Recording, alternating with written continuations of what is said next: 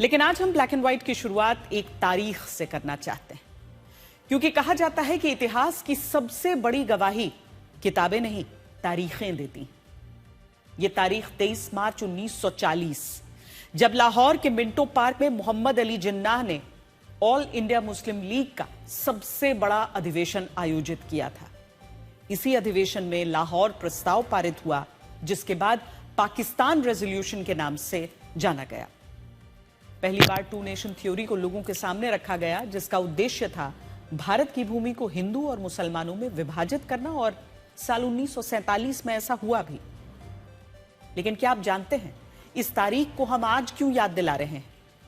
इसलिए याद दिला रहे हैं क्योंकि जिस पाकिस्तान का जन्म धर्म के आधार पर हुआ और जिस विभाजन को तब यह कहकर पेश किया गया कि मुसलमानों के लिए अलग देश ही स्थायी समाधान है, आज लगभग 8 दशक बाद उसी पाकिस्तान में विभाजन की मांगें उठ रही हैं। और ये विभाजन मांगने वाले वहां के अल्पसंख्यक हिंदू नहीं हैं, इनमें बलूचिस्तान के मुसलमान हैं, इनमें खैबर पख्तूनवा के मुसलमान हैं, और इनमें पाकिस्तान के अवैध कब्जे वाले जम्मू कश्मीर के मुसलमान हैं। स्थिति यह है कि पाकिस्तान अब उस संकट में जाता हुआ दिख रहा है जिसकी भविष्यवाणी कुछ सालों पहले हो गई थी। यह भविष्यवाणी करने वाले अमेरिका का एक ग्लोबल थिंक टैंक था, जिसका नाम है Carnegie Endowment for International Peace. इस थिंक टैंक ने अपनी रिपोर्ट में बताया था कि पाकिस्तान चाहे जितनी कोशिश कर ले, लेकिन मौजूदा हालात ऐसे हैं कि पाकिस्तान आने वाले भविष्य में 4 हिस्सों में बंट सकता है। इनमें पाकिस्तान का जो खैबर पख्तूनवा प्रांत है, वहां पख्तून समुदाय के लोग ज्यादा रहते हैं, जो खुद को अफगानिस्तान का हिस्सा मानते हैं। और हो सकता है कि पाकिस्तान का यह प्रांत अफगानिस्तान में मिल जाए या पश्तूनिस्तान नाम का एक अलग देश बन जाए। पिछले 1 साल में तहरीक तालिबान पाकिस्तान ने पश्तूनिस्तान देश बनाने की मांग को लेकर कई हमले किए, और यहां पाकिस्तान की सेना अब भी बहुत बड़े संघर्ष का सामना कर रही है।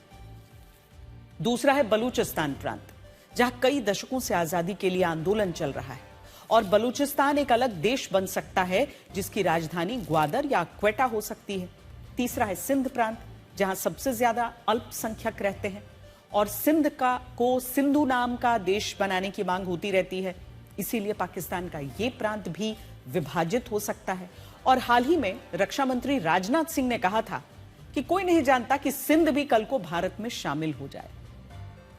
चौथा है पंजाब प्रांत, और ऐसा संभव है कि एक दिन पूरा पाकिस्तान सिर्फ पंजाब प्रांत तक सीमित रह जाए।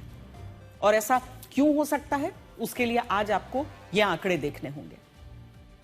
आज पाकिस्तान की आबादी 53% आबादी अकेले इसी पंजाब प्रांत में रहती है, जबकि 23% आबादी सिंध प्रांत में रहती है। 17% आबादी खैबर पख्तूनवा में रहती है, और केवल 6% आबादी बलूचिस्तान में रहती है।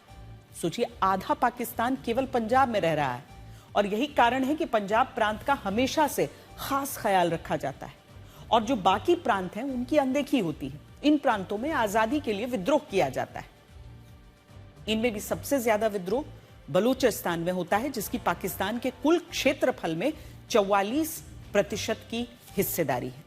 इसका मतलब यह हुआ कि अगर बलूचिस्तान पाकिस्तान से अलग हो गया तो पाकिस्तान क्षेत्रफल के मामले में लगभग आधा रह जाएगा।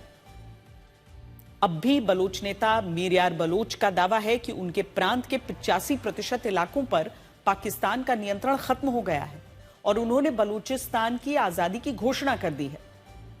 अगर बलूचिस्तान एक अलग देश बन जाता है तो क्षेत्रफल के मामले में यह जर्मनी से भी बड़ा देश होगा।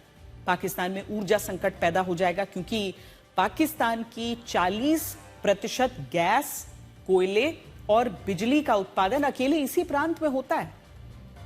इसी बलूचिस्तान में चीन का भी काफी कुछ दांव पर लगा हुआ है। चाइना पाकिस्तान इकोनॉमिक कॉरिडोर, जिसे सीपैक भी कहते हैं, वो पाकिस्तान के बलूचिस्तान में ही बन रहा है, और पाकिस्तान का ग्वादर पोर्ट भी बलूचिस्तान प्रांत में है, जिसे पाकिस्तान ने चीन की एक कंपनी को 40 साल की लीज पर दे दिया है।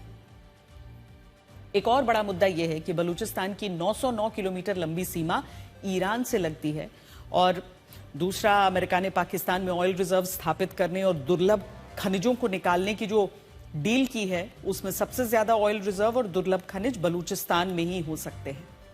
ऐसे में अगर बलूचिस्तान पाकिस्तान के हाथ से निकला तो ये इस सदी का सबसे बड़ा विभाजन माना जाएगा। ऐसा विभाजन जिसमें शायद बलूचिस्तान को आजादी के बाद भी मान्यता न मिले, लेकिन पाकिस्तान से वो अलग हो जाए। बलूचिस्तान के बाद दूसरा संकट पीओजेके और गिलगिट बल्टिस्तान में है।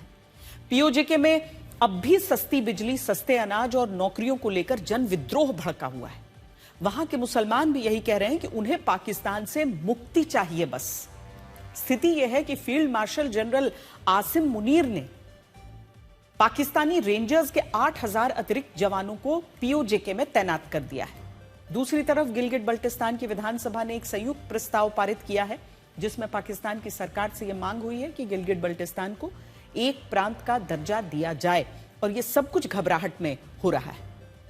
कारण इतना ही है कि पाकिस्तान के अंदर पड़ती दरारें उसे तोड़ रही हैं, और इस पूरी कहानी का निष्कर्ष यही है कि जो पाकिस्तान इस्लाम धर्म के नाम पर बना, अब उसी इस्लाम धर्म के लोग इसी पाकिस्तान के अलग अलग प्रांतों में उससे आजादी मांग रहे हैं।